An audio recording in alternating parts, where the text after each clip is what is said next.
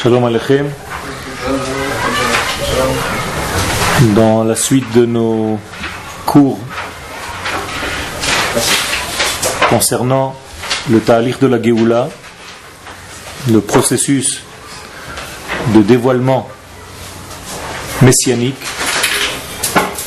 la Gemara nous dit qu'il y a 2000 ans de Yemot HaMashiach, que ce processus dure 2000 ans. Après 2000 ans de Tohu Bohu, 2000 ans de Torah, viennent les 2000 ans de Yemot HaMashiach, des jours messianiques. Et la finalité de ces jours messianiques commence lorsque le peuple d'Israël revient sur sa terre. Car au moment où Am Israël revient sur sa terre, il a acquis la notion de peuple, alors que jusque-là, dans l'exil, il vivait en tant qu'individu et la notion de peuple était éteinte. Le retour en Eretz Israël réveille à nouveau la notion de Am Israël, et par conséquent la Torah qui correspond à ce degré-là va être une correspondance qui est une Torah classique, mais une Torah qui est au niveau du Klal Israël et non pas de ses individualités. J'explique. La Torah, bien qu'elle reste toujours la même Torah, a différents degrés de dévoilement. Le degré de dévoilement qui correspond à la terre d'Israël est la partie secrète. La terre d'Israël s'appelle, dans le langage de nos sages, Eretz Harazim, la terre des secrets. La Torah correspondante est donc la Torah des secrets. C'est ce que le Rav Kook Zatzal a développé, a dévoilé dans ses livres, bien entendu d'une manière habillée, et qui va correspondre à la Torah du temps messianique. C'est ce que nous essayons de dévoiler ici par les textes du Rav Harlap. Et nous sommes donc dans un nouveau texte qui s'appelle Ha'avoda Be'eretz Israël, le travail sur la terre d'Israël. Je lis et Be'ezrat Hashem on essaye d'expliquer en même temps. En l'cha'ir shemesugelet lekiyum veshmirat hamitzvot bechol dikdukehen upratehen besimcha vetzahalat panim bli shum atzvut vetzimtzum ulehinakot mikol shemetz איסור וחשש דחשש כעיר הקודש ירושלים נקיי הדעת שבירושלים. Le Rav commence en nous donnant une clé.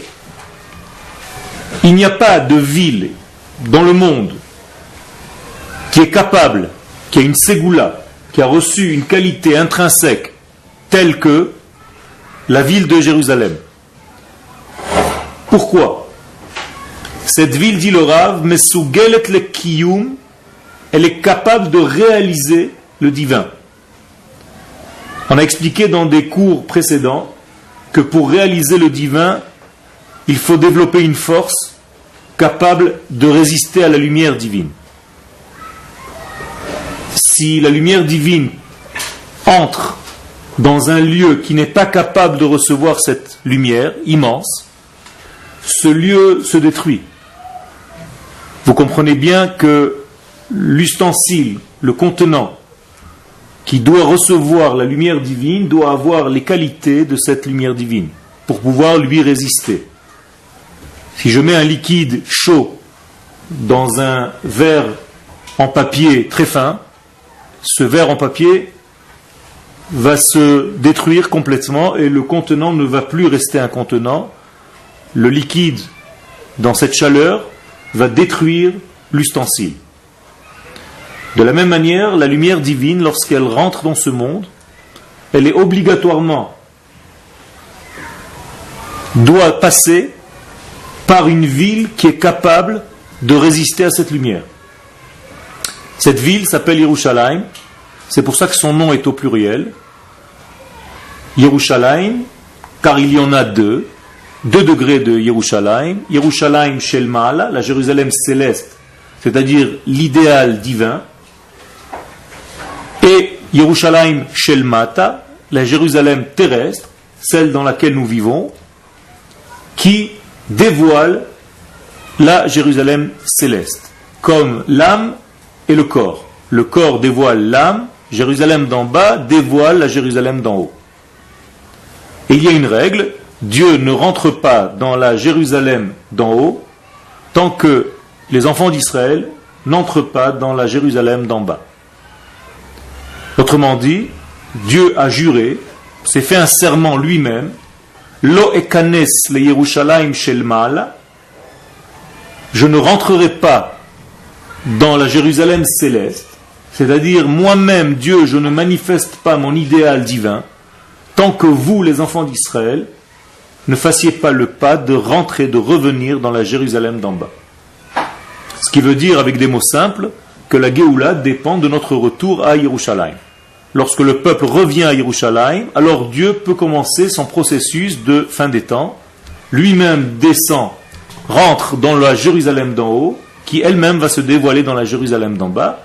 Donc dépendant, la Jérusalem d'en haut, c'est la force divine, comme l'âme de toute la possibilité de faire le lien des mondes. Encore une fois, j'explique. Le temple n'est qu'un exemple de cela. C'est-à-dire le temple est construit à Jérusalem parce que la ville est sainte, pas parce que le temple est saint. Si la ville n'était pas capable de contenir un ustensile tel que le temple, il n'aurait pas pu résister.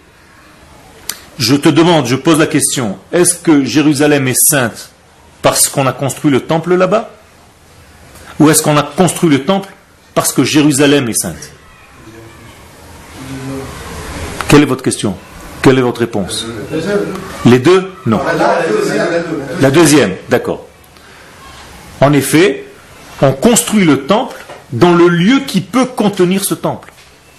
Autrement dit, avec ou sans le temple, il y a une sainteté dans la ville de Jérusalem. Et c'est pour ça qu'un jour le temple va venir dessus. Et où est-ce qu'on va placer le temple? À l'endroit du lien des mondes. C'est-à-dire que quand le créateur qui a créé le monde, qui s'est séparé de ce monde pour le créer, en hébreu, livro vient de la racine livrot. Livrot qui veut dire se couper d'eux, être en dehors d'eux. D'ailleurs, la création, c'est être en dehors d'eux. Bara. Bara veut dire à l'extérieur. Bar.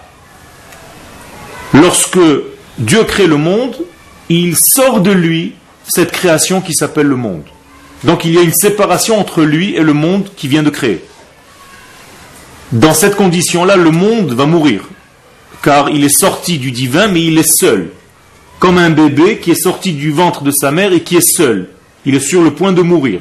À condition, la condition pour qu'il ne meure pas, c'est que la maman revienne vers le bébé, le nourrir. De la même manière, lorsqu'Akadosh Baruch Hu crée le monde, il y a une séparation entre lui et le monde qui vient d'être créé, comme s'il avait accouché le monde. Et la condition pour que ce monde ne meure pas, c'est que le divin revienne dans ce monde. Là, on est en train de parler du retour du divin dans ce monde. Par quel canal Dieu revient dans ce monde? Si je reprends l'exemple du bébé, la maman ne peut pas revenir étouffer le bébé. Donc elle vient le nourrir que par un lieu précis. Ce lieu précis qui va donner du lait au bébé doit être très concentré. Ce n'est pas toute la maman, c'est une partie d'elle-même. De la même manière, le retour vers la création, vers la terre, doit passer par un endroit précis qui va être capable de nourrir toute la planète, tout le monde créé, tous les mondes créés. Ce lieu précis s'appelle Yerushalayim, et plus précisément l'endroit où le temple va être posé, pour indiquer que là-bas se trouve la source même du passage entre le monde spirituel et le monde matériel. Il y a un seul passage, une seule porte. Comme dit Yaakov lorsqu'il se réveille de son rêve, avec l'échelle, Veze Sha'ar Hashamayim. Ici se trouve la porte du ciel. Quelle est la condition sine qua non pour que cette porte puisse résister à la lumière divine qui va revenir? Que que cette porte ait les mêmes qualités, la même puissance que la lumière qui doit venir à l'intérieur. Autrement dit, Yerushalayim est une ville très puissante qui est capable de résister à cette grandeur infinie du Créateur lorsque le Créateur va revenir dans cette ville. Si cette ville n'était pas au degré de cette puissance, elle n'aurait jamais pu recevoir la lumière divine. Est-ce qu'il y a des questions? Oui, deux questions. Est-ce que l'Am Israël qui sont en Galoute doit revenir précisément à Yerushalayim? Bien fait. Alors, ta question, est-ce que les enfants d'Israël qui vivent en exil, lorsqu'ils reviennent en Eretz Israël, est-ce qu'ils doivent aller obligatoirement à Yerushalayim? Alors, Eretz Israël tout entière s'appelle Yerushalayim. Car Yerushalayim s'étend à toutes les frontières d'Eretz Israël. Et c'est pour ça que de temps en temps dans la Mishnah, nous avons l'expression Bnot Yerushalayim, les filles de Jérusalem. Comme dans Shir HaShirim, dans le Cantique des Cantiques. Hishba'ati etrem Bnot Yerushalayim. Je vous ai fait jurer, vous les filles de Jérusalem. Est-ce que cela veut dire qu'il n'y a que les filles de Jérusalem qui méritent ce lien? Non. Toutes les filles du peuple d'Israël sur sa terre s'appellent Bnot Yerushalayim. C'est vrai? La deuxième question, on parlait de retour justement des gens qui sont en Galoute oui. en Israël. Est-ce que le retour doit se faire seulement physiquement ou est-ce qu'il doit se faire aussi au niveau de la Teshuvah? Tout à fait. Ta deuxième question, est-ce que le retour des exilés doit se faire uniquement au niveau territorial ou est-ce qu'il y a une évolution spirituelle? Alors il y a des étapes. Le retour premier est un retour physique, matériel sur la terre d'Israël. Et bien entendu, ici, on doit continuer ce retour à différents degrés au niveau de la spiritualité, de la lumière de la Torah. Et c'est pour ça que j'ai dit que la condition était le retour, car la lumière d'Eretz Israël, la Torah étudiée sur cette terre, n'a pas la même valeur. Ce sont des paroles de la Gemara elle-même. En Torah ke Torat Eretz Israël. Il n'y a pas de Torah comme celle de la terre d'Israël. Pourquoi? Ce sont les mêmes textes apparemment.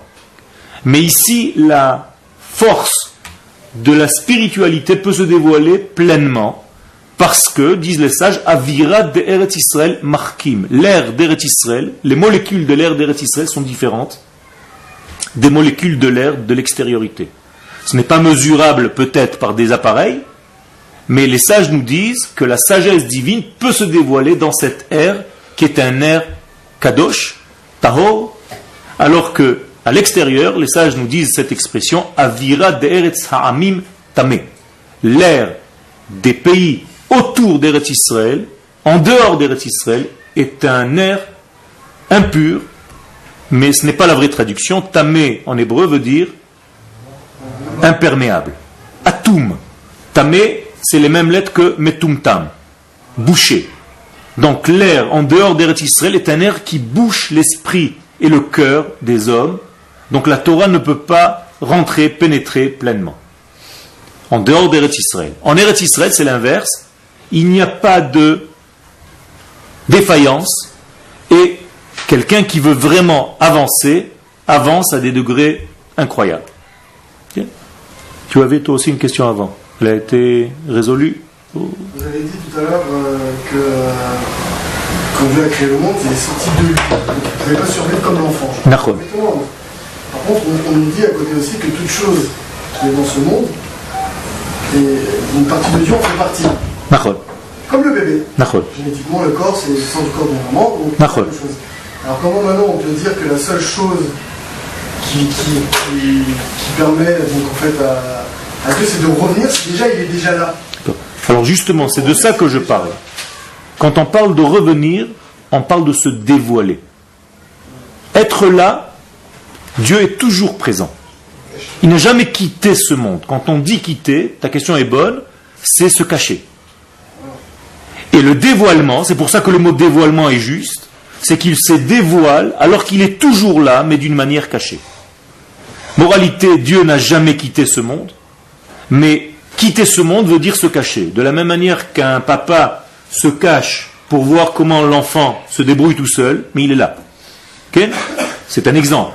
Akadosh Baruch Hu est encore plus que cela, il est dans toute chose, mais ne se dévoile que lorsque la personne ou la chose elle-même est capable de dévoiler cette lumière divine. Donc en réalité, toute chose dévoile la lumière divine à son niveau. Et l'homme d'Israël a la capacité de dévoiler la lumière divine à un niveau très élevé. Et en étant sur sa terre, il le dévoile au niveau du peuple d'Israël, c'est-à-dire le sommet même de la création, qu'on appelle Klal Israël. Israël chez Alou Bemarshava Trila, le peuple d'Israël qui est monté dans la pensée divine lorsqu'il a créé le monde.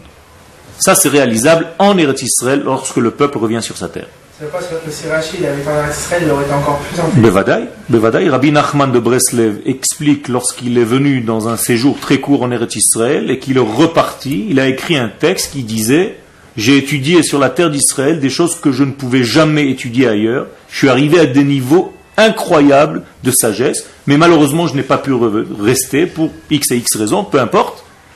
Mais, bien entendu, ici les portes sont ouvertes pour une différente étude. » Bevadaï. Et c'est pour ça que les sages nous donnent cette force-là, En Torah, que Torah Eretz Israël. Maintenant, cette ville de Yerushalayim, qui est capable de recevoir à nouveau le divin, donc Kiyum veut dire Leitkayem, et Lekayem, faire vivre et vivre. Veshmirat mitzvot, et observer les mitzvot. Qu'est-ce que c'est les mitzvot? Alors, nous ne traduisons pas les mitzvot comme étant des commandements, mais comme étant des forces qui nous relient au Créateur. En effet, le mot mitzvah tire sa source dans le mot tsevet, qui veut dire équipage. Nous faisons équipe avec Akadosh Baruch Hu, et donc il nous donne des mitzvot qui peuvent nous relier à lui. Donc le mot mitzvot se traduit par les lois, mais en réalité ce sont des actes qui appartiennent au divin lui-même et que l'homme d'Israël réalise. Car en effet, à qui appartiennent les mitzvot?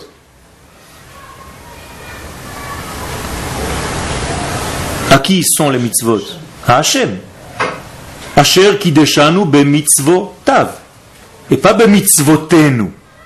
Moralité, nous avons une traduction erronée du mot mitzvah. Que les mitzvot ce sont les nôtres. Non, ce sont ces mitzvot que nous réalisons. C'est-à-dire que nous réalisons le divin. Il se réalise à travers nous, à travers nos actes, nos pensées, notre étude, notre retour sur la terre. Donc le mot mitzvah, si vous écrivez le mot mitzvah dans un alphabet inversé, qu'on appelle atbash, les kabbalistes savent inverser l'alphabet hébraïque en faisant correspondre la première lettre à la dernière. Donc le Aleph correspond au Tav, le Bet correspond au Shin, et ainsi de suite. Le mot mitzvah, vous prenez le mot mitzvah qui est composé de 4 lettres, Mem, Sadi, Vav et He. Nous avons déjà les dernières lettres du nom de Dieu, Vav et He, et le mot Mem et Tzadik dans cet alphabet inversé donne Yud et He. Donc le mot mitzvah devient Yud, Ke, Vav, Ke, le tétragramme. Autrement dit, avec des mots simples, lorsque je réalise une mitzvah, je dévoile le tétragramme Yud Ke Vav Ke. Donc je réalise le divin à travers mon acte, ma pensée, mon étude, mes bonnes actions et ainsi de suite. Et donc cette façon de réaliser le divin au niveau le plus précis possible se fait à Yerushalayim, Besimcha vetzahalat panim. Et non seulement ces mitzvot se réalisent, mais se réalisent avec une certaine vivacité, une joie, car toutes les mitzvot qui ne sont pas réalisées avec joie sont interdites. Vous le savez. Toutes les forces négatives, toutes les choses négatives qui sont arrivées au peuple d'Israël sont écrites dans le livre de Dvarim. Pourquoi Chaz v'Shalom Am Israël subit des choses pas très agréables durant son histoire? Car tu as réalisé les mitzvot comme un robot sans avoir la joie de le faire. C'est une chose très importante, on passe à côté. Toute mitzvah réalisée par l'homme doit se faire avec la simcha. Si elle ne se fait pas avec la simcha, elle est interdite d'être réalisée. L'exemple, un endeuillé a beaucoup de mitzvot qui n'est plus apte à réaliser. Donc on lui dit ne les fais pas maintenant. Parce que tu es dans un circuit d'endeuillé, donc de tristesse, tu ne peux pas réaliser les choses avec simcha. Les mitzvot doivent absolument se réaliser avec simcha. Même l'étude de la Torah et les mitzvot applicables du jour le jour, la simcha est un élément obligatoire associé à ce degré-là. Vetsahalat panim, et non seulement une simcha, mais un visage rayonnant. C'est-à-dire que tu as en toi une flamme lorsque tu réalises la Torah et les mitzvot. Blishum atzvut vetzimtzum. Sans aucune tristesse, et donc sans aucune contraction.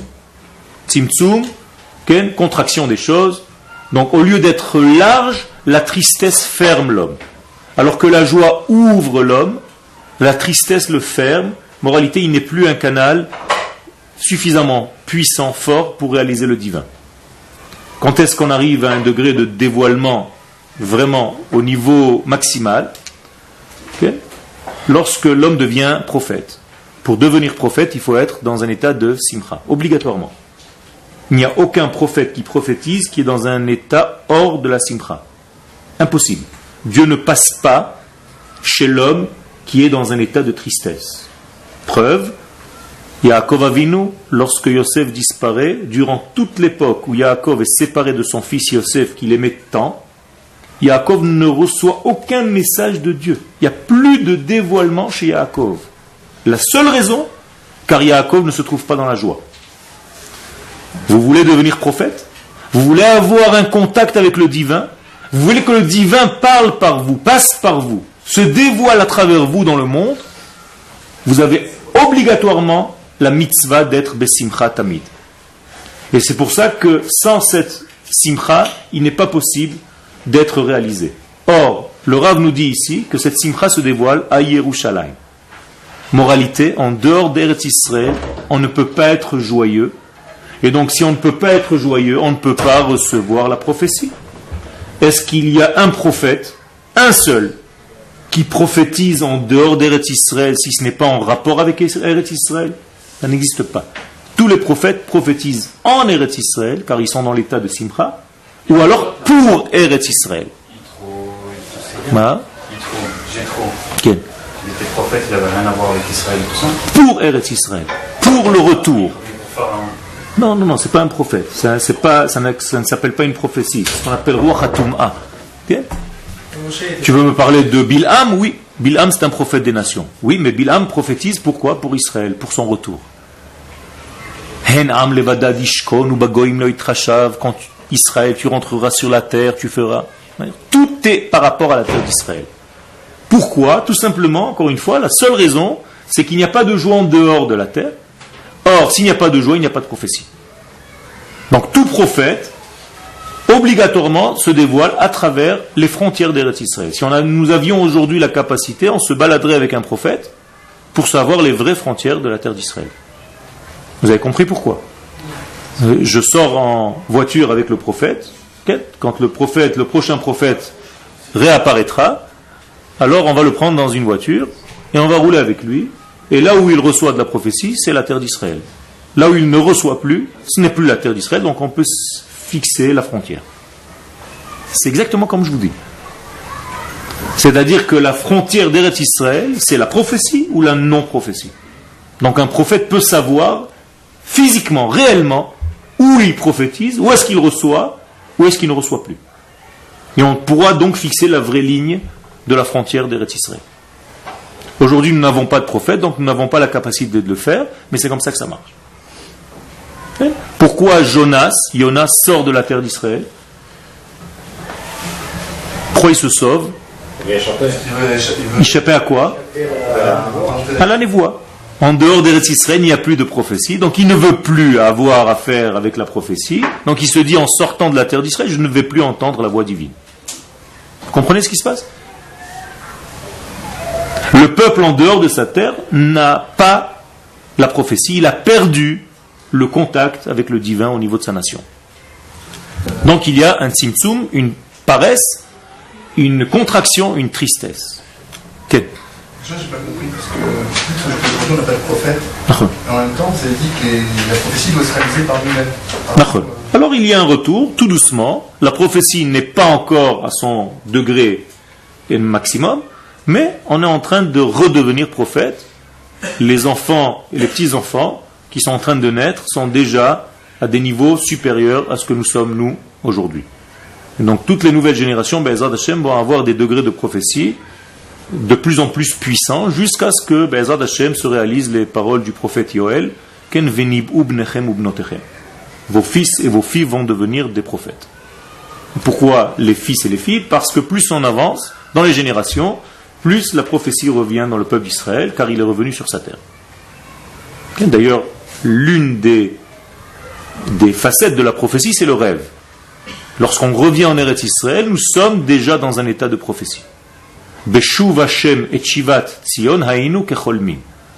Lorsque Dieu nous ramène à Tzion, nous sommes comme des rêveurs, c'est-à-dire nous sommes dans un état de prophétie. Et si tu demandes à quelqu'un pourquoi il est venu, il est presque incapable de t'expliquer clairement pourquoi il est revenu sur cette terre. Il y a une voix intérieure qui l'a poussé sans vraiment comprendre. Car physiquement, réellement, en faisant des comptes, 1 plus 1, il n'a aucune raison d'être là. Et donc il s'est passé quelque chose qui est au-delà de lui. Il a entendu, j'utilise un terme des kabbalistes dans le Zohar, il a entendu le fameux Lech Lecha à l'intérieur de son âme, qui lui a dit, tu n'as plus rien à faire ici, va-t'en. C'est là-bas que tu dois être. Et ici, lorsqu'il sert son peuple, il atteint le degré de prophétie maximum. Qui sont les véritables prophètes aujourd'hui? Les soldats d'Israël. Les soldats d'Israël, c'est ceux qui servent la nation véritablement, ils sont prêts à mourir pour la nation d'Israël. Donc en réalité, ils atteignent le degré maximum qu'un juif peut atteindre. Si il est associé à ce degré de pouvoir donner sa vie pour la nation, aussi le degré de l'étude, bien entendu, le degré est infini. Okay? Parce que dans les cours précédents, on parlait de l'unité, justement, de faire l'unité. De l'unité. C'est pour ça ce que vous dites par rapport aux prophètes, les prophètes, pour arriver à une certaine unité. Mais comment on peut définir l'unité exactement? Je comprends pas bien ta réponse. L'unité de quoi? C'est une question. C'est comment l'unité du peuple, tu parles? L'unité du peuple et de la prophétie. Alors, l'unité du peuple se réalise lorsqu'on revient dans l'endroit qui nous unifie. Donc, l'endroit qui nous unifie, Eretz Israël est capable de nous relier à la partie supérieure de nous-mêmes, à la partie intérieure de nous-mêmes. Donc, j'ai dit tout à l'heure Yerushalayim d'en haut, Yerushalayim d'en bas. Pourquoi il y a 2 Jérusalem? Parce que dans cette ville, donc dans ce pays, Jérusalem expansée, donc dans toute la terre d'Israël, nous sommes capables de toucher non seulement notre vécu extérieur, mais nous avons la capacité de toucher notre être intérieur, c'est-à-dire l'identité Israël. Or, quand je dis que nous devons être unis, qu'est-ce que ça veut dire être unis? C'est retrouver le point commun qui est entre nous. Quel est le point commun entre toi et moi, entre vous tous? L'âme, la neshama d'Israël, donc la notion de peuple. Et cette notion de peuple, étant donné qu'elle ne peut se réaliser que véritablement ici, donc lorsqu'on revient en Eretz Israël, on retrouve le point commun entre toutes les parties individuelles que nous représentons. Et c'est la partie collective qui va devenir la plus importante, qui va prendre son degré, sans négliger pour autant chaque individu. On va respecter les individus, mais là se dévoile quelque chose d'autre, beaucoup plus klali, beaucoup plus au niveau de l'âme d'Israël, ou du Am Israël en hébreu. Okay? Et c'est ça l'unité. Comment on appelle cette partie de l'âme que nous avons tous reçue d'Akadosh Baruch Hu? Nous l'avons reçue gratuitement. Donc elle s'appelle Chinam. Chinam veut dire gratuit en hébreu. Donc lorsqu'on va s'aimer, on va aimer cette partie de chacun de nous, qu'on appelle Ahavat Chinam. Ce n'est pas l'amour gratuit, c'est l'amour de l'âme d'Israël qui s'appelle Chinam. Lorsqu'on va retrouver cet amour, le 3e temple va être reconstruit. Ok? Est-ce qu'il y a des questions? Donc on continue. Donc Jérusalem s'appelle Ira Kodesh. Traduction, La ville sainte, non. Il n'y a pas marqué Yerushalayim HaKedosha. Il y a fait du saint. La ville du saint. Eretz Shel HaKodesh. Moralité, la ville de Yerushalayim appartient au Kodesh. Elle est sa ville.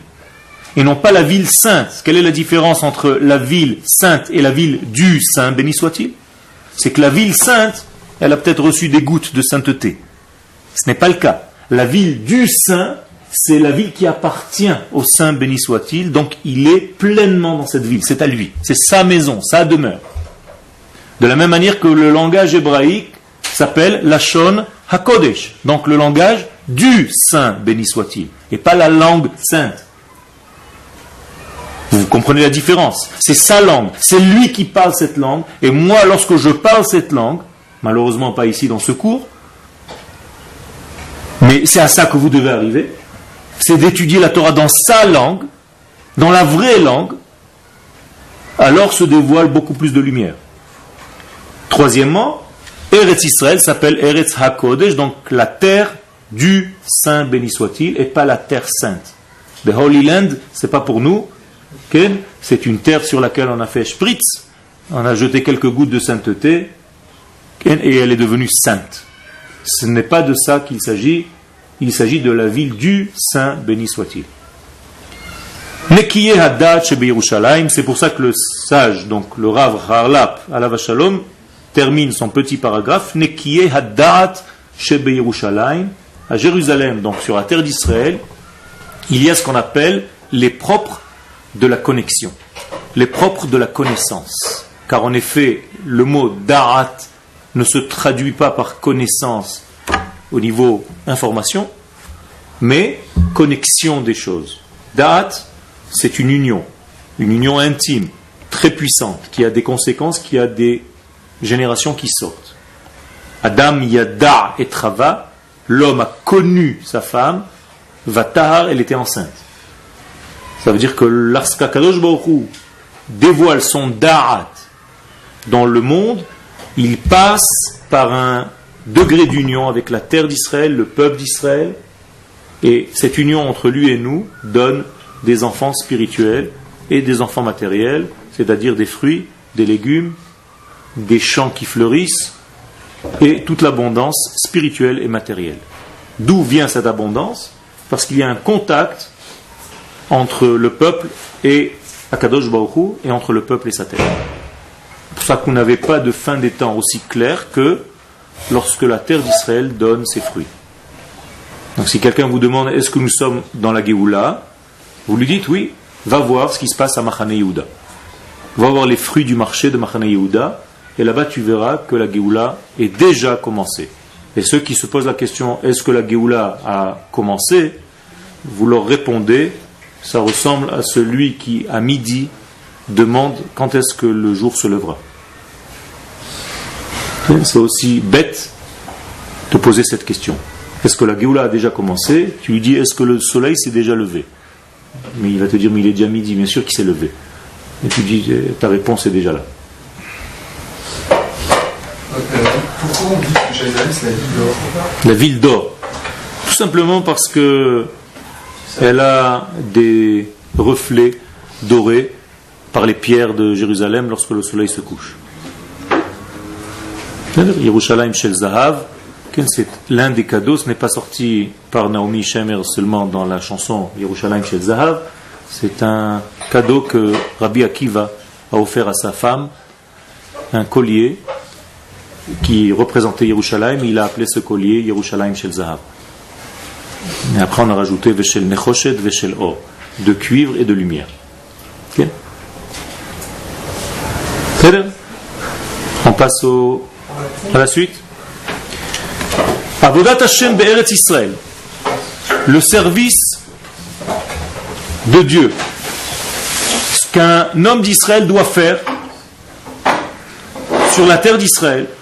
Drusha shetiye betruna eliona lemala mikol sachar ve'onesh.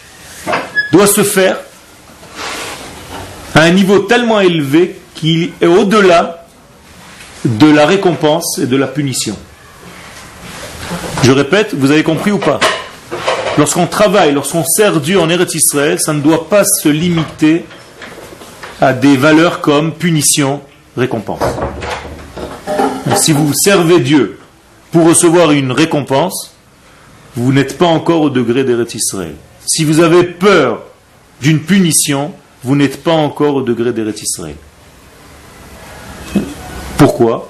Parce que faire les choses pour recevoir un cadeau ou pour avoir peur de recevoir des coups, c'est très infantile. Et donc c'est une Torah qui ne correspond pas à la grandeur, à la hauteur de la terre d'Israël. C'est peut-être une Torah d'exil où on dévoile la Torah et on développe, on éduque les enfants à avoir peur de ne pas avoir son Olam Haba ou de recevoir des punitions. Ou alors, si tu fais ça, tu auras ça. Et donc l'enfant, qui peut être même de 70 ans, dévoile toute sa Torah juste par peur de plaire ou de plaire. Donc très infantile, un niveau assez médiocre de la vie, et ce n'est pas ce qu'Akadosh Baruch Hu veut. De la même manière que moi, en tant que père, je n'ai pas envie que mes enfants fassent ce que je leur dis parce qu'ils ont peur de moi, parce qu'ils veulent me faire plaisir pour que je leur donne un cadeau, mais qu'ils comprennent que ce que je leur dis est la vie.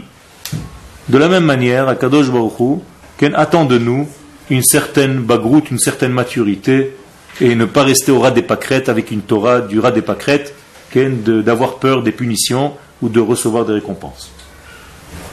Alors, le Rav nous dit, ça ce n'est pas la Torah d'Eretz Israël, qui mitzad ha'ga'ava ha'elyona. Alors, quel doit être le travail ici en Eretz Israël? Il doit passer ce travail par un honneur supérieur, shel romemut Hashem ve'uzo, par une puissance, une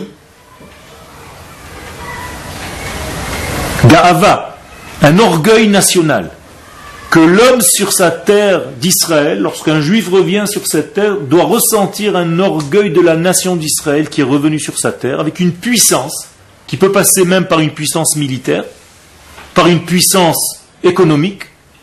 Tout ça, ça doit nous aider aussi à savoir qu'Akadosh Baruch Hu s'habille dans ces choses-là. Car ces choses-là ne sont pas déconnectées du divin, bien entendu. Okay? Tout ce qui se passe en Eretz Israël est complètement de l'ordre du divin. Même les choses les plus matérielles. C'est de cela que nous parlons depuis tout à l'heure. On ne peut pas déconnecter Dieu de la vie, de la nature. Donc en Eretz Israël, tout doit passer par cette prise de conscience que tout est de l'ordre du divin et que la nation qui revient sur sa terre a un orgueil national. Romemut Hashem ve'uzo yivchar lanu et nachalatenu, à tel point que Dieu nous a choisis parmi les nations et qui nous a ramenés sur notre terre. Donc c'est un processus divin. Et tout celui qui ne voit pas un processus divin dans ce processus de retour à Tzion, c'est quelqu'un qui renie la présence de Dieu dans l'histoire du peuple d'Israël, tout simplement. Ne pas reconnaître cela, c'est être vraiment dans l'ingratitude absolue, que c'est Akadosh Baruch Hu qui fait tout ce cheminement du retour d'Israël sur sa terre. Donc Dieu nous a choisis, il a choisi la terre qui nous correspond, donc la terre qui est capable de recevoir le divin, comme nous avons dit tout à l'heure, car elle a les ustensiles capables de résister à cette force.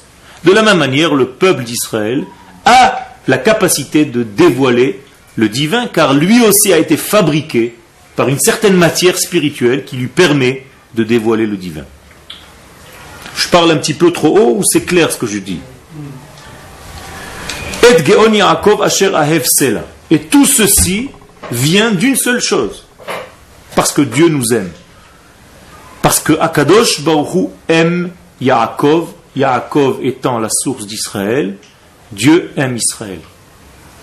Malgré tout ce que les nations du monde veulent essayer de faire, de détruire, d'éteindre cet amour, Ken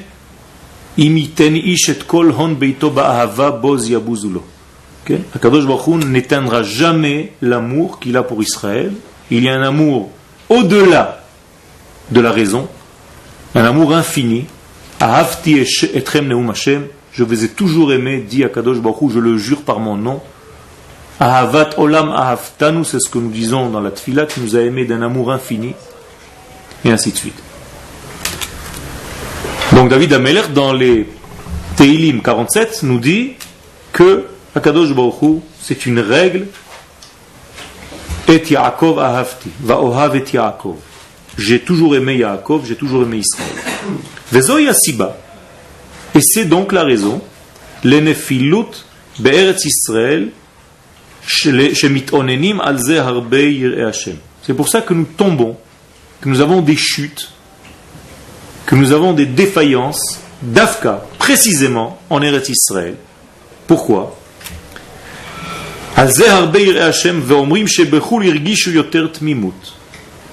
Vous avez des gens qui sont des hommes de Torah et qui disent que tu as beau me dire tout ce que tu es en train de me dire, c'est très sympathique, tu as déjà une connotation sioniste dans ta Torah, donc on ne va pas tellement t'écouter, tu as déjà été coloré par une certaine façon d'étudier la Torah.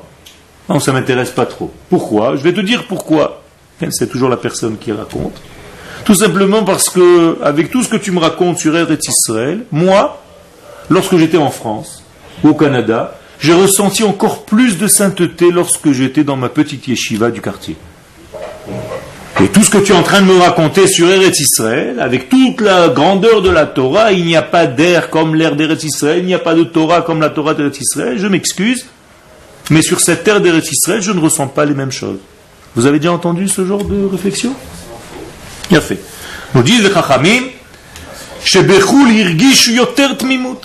qu'en dehors d'Eretz Israël, ils ont ressenti beaucoup plus de plénitude.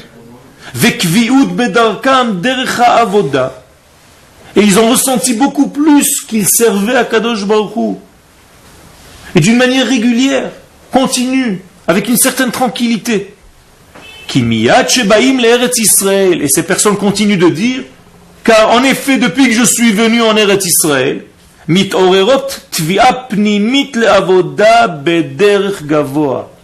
je ne ressens pas les choses. Et le Rav répond tout de suite, tu sais pourquoi tu ne ressens pas les choses? Parce que jusqu'à maintenant, tu servais Dieu à un niveau. Qui était le niveau? Il n'est pas négligeable, c'est un niveau important, mais il n'a aucun rapport avec le niveau qu'on te demande maintenant en Eretz Israël. Tu dois grandir, tu dois monter de classe, et donc tu ne peux plus continuer à ressentir les mêmes ressentis que tu ressentais à l'extérieur. Pourquoi? Tout simplement parce qu'on t'a mis à un autre degré. Bederech gavoa ve gavoa me'al gavoa. C'est tellement supérieur, tellement haut, qu'effectivement, avant que tu t'habitues à ce nouveau degré, tu es un petit peu paumé. À quoi ça ressemble? À un enfant qui était très doué en Kita Aleph, et la prof le voit, elle lui dit, tu sais, il est temps de rentrer en Kita Bet, je vais te faire passer en Kita Bet. Alors, le passage de cet enfant, de Kita Aleph, dans lequel il était top niveau, il dominait tout, mais maintenant il est passé en Kita Bet, il ne connaît personne, il a l'impression que c'est un nouveau monde, une nouvelle façon d'étudier, c'est beaucoup plus dur que ce qu'il avait là-bas, il ne ressent plus les mêmes ressentis qu'il ressentait en Kita Aleph. Est-ce que ça veut dire qu'il est descendu de niveau? Pas du tout. Ça veut dire qu'il est monté à un autre niveau, bien supérieur à ce qu'il était jusqu'à maintenant, mais le temps d'adaptation est long. Le temps d'adaptation est difficile, et il faut grandir pour ressentir le nouveau niveau. Et ce n'est pas donné à ceux qui ne font pas l'effort de vouloir grandir. Autrement dit, si tu veux rester dans le ressenti que tu ressentais au départ, tu n'as pas encore évolué. Mais si tu restes et tu veux aller à un degré supérieur, sache que tu vas y arriver. Okay. Moi, je ne vois pas encore un juif qui met des filles en Israël, un juif qui met des filles en France. Je ne vois pas encore parce qu'il est à Jérusalem, ça doit avoir une influence sur... Bevadaï. Lorsque tu as une vie, okay, je vais te donner un autre exemple. Tu es marié? Non. Est-ce que la différence entre moi qui suis marié et toi qui n'es pas marié est la même quand je mets les tefilines?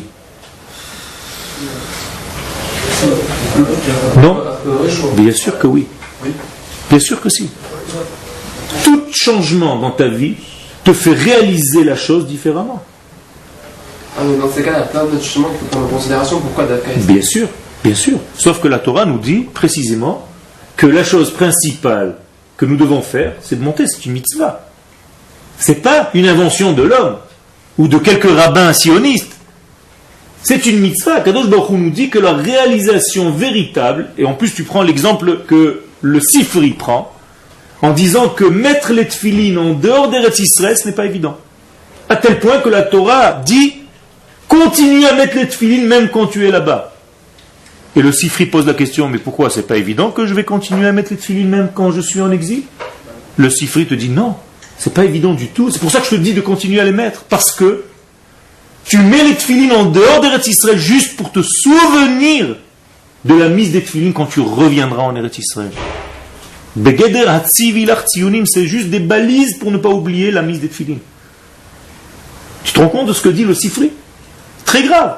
Ça veut dire que toute mitzvah en dehors d'Eretz Israël a juste une valeur de ne pas oublier.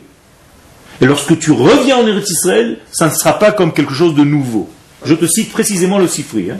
C'est comme ça, comment ça se fait que tout le monde n'est pas conscient de ces choses? C'est pour ça que l'étude de la Torah est importante et qu'à notre époque, nous devons dévoiler cette Torah d'Eretz Israël qui a été cachée durant tout l'exil.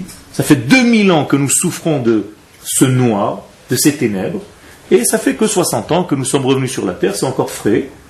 Et Baruch Hashem, cette Torah est en train de sortir de plus en plus. La preuve, c'est Baruch Hashem que de plus en plus de nos frères reviennent sur cette terre. Et l'exil est en train de se vider, Baruch Hashem. Ça veut dire quoi? Ça veut dire que les Juifs entendent la voix intérieure qui leur dit « tu n'as plus rien à faire là-bas ». Okay? Ça prend du temps, mais c'est un processus. Oui. Si tous les gens qui sont en Galoute viennent en Eretz Israël, okay, comment nous les Juifs, le peuple juif, on peut avoir une influence sur le reste du monde? Justement. L'influence du peuple d'Israël sur le monde n'est pas lorsque les enfants d'Israël sortent pour donner des séminaires au monde. Mais lorsque le peuple est sur sa terre, c'est la plus grande des leçons données au monde. Sans même ouvrir la bouche. Car aujourd'hui, le fait même que le peuple revienne sur sa terre, alors que toutes les nations du monde considéraient que le peuple d'Israël a été maudit, puni, donc il n'a aucun rapport avec l'Éternel. Les Juifs d'aujourd'hui ne sont plus les Juifs de la Torah. La plus grande des gifles, c'est que le peuple d'Israël revient sur sa terre. Ça veut dire qu'on n'a même pas besoin de parler. Le fait même que nous réalisons devant le monde entier le retour de nos exilés sur notre terre veut dire d'abord que nous sommes les vrais enfants d'Israël, les vrais fils de Yaakov, et qu'Akadosh Baruch Hu n'a pas oublié sa promesse. Est-ce que tu veux un discours plus clair que celui-ci? Donc le discours n'est pas forcément par la parole, mais par le vécu.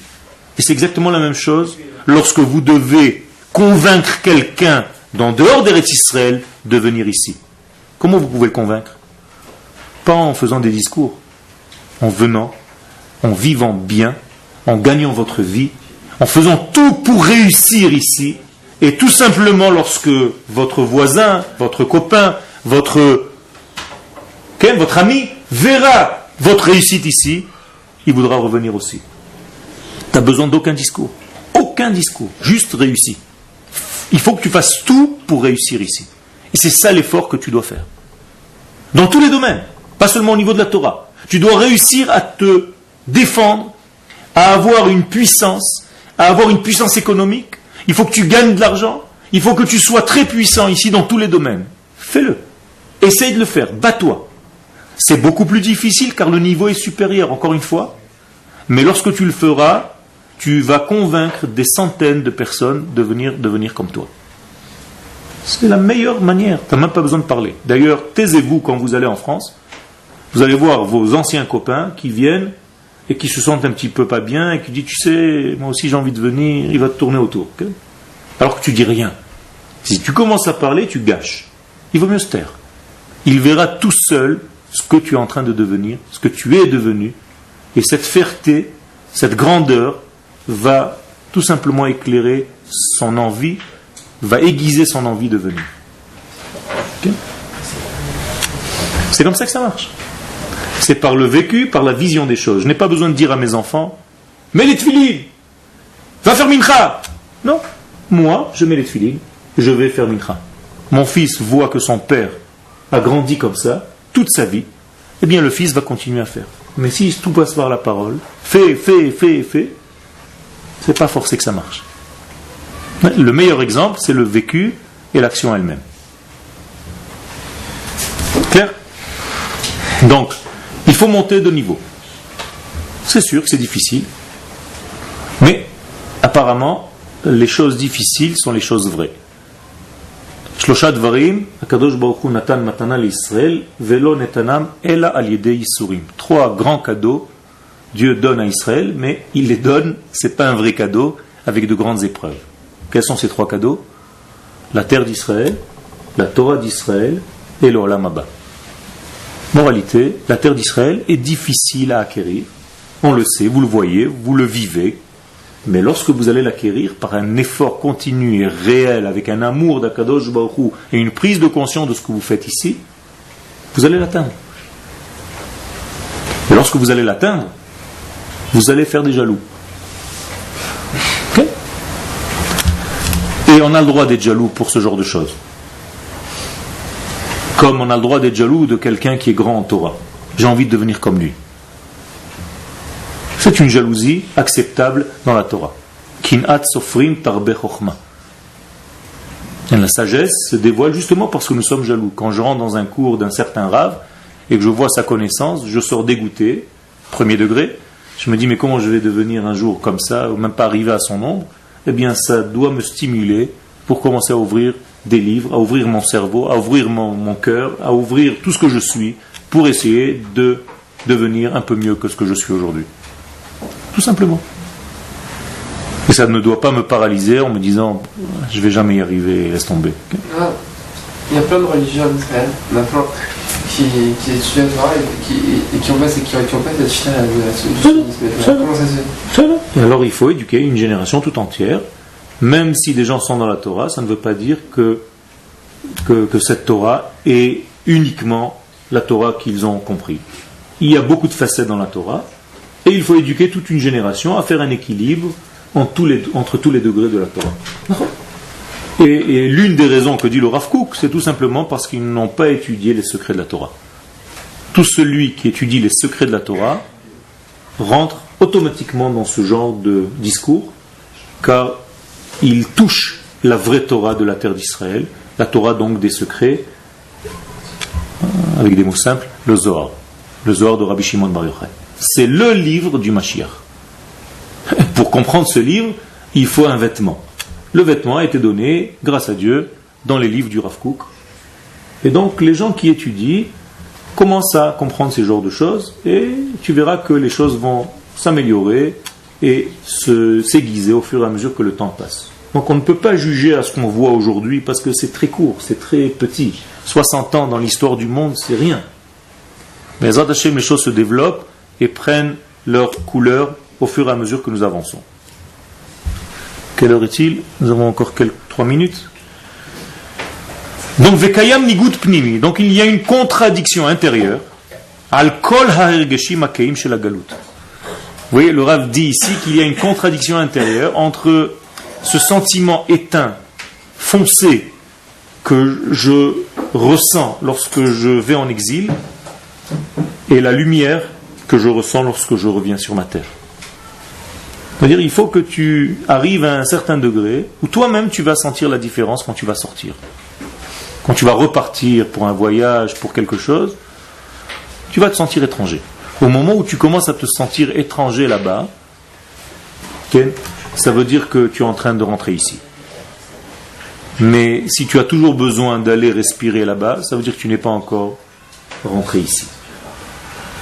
Car c'est ici qu'on respire. Et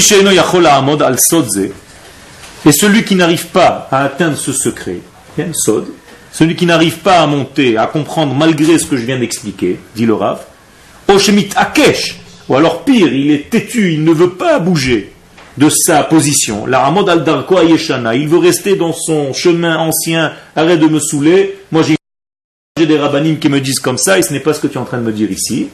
Voilà la réponse à ta question. C'est un homme qui se suicide, dit le Rav. Donc des mots très très pointus, très graves. Vegorem ra'ale atzmo, et il se cause à lui-même beaucoup de mal. Vesof sof balide avon hameraglim, et il finira malheureusement comme les explorateurs Lehotzi dibal haaretz, à parler du mal de la terre d'Israël. À bon entendeur, salut. Faites attention, comment vous parlez de la terre d'Israël, à ne pas être les meraglim, les explorateurs des temps modernes. Car Akadosh Baruch Hu est très, très méticuleux avec la manière de parler de cette terre. Bezrat Hashem, la prochaine fois, nous continuerons.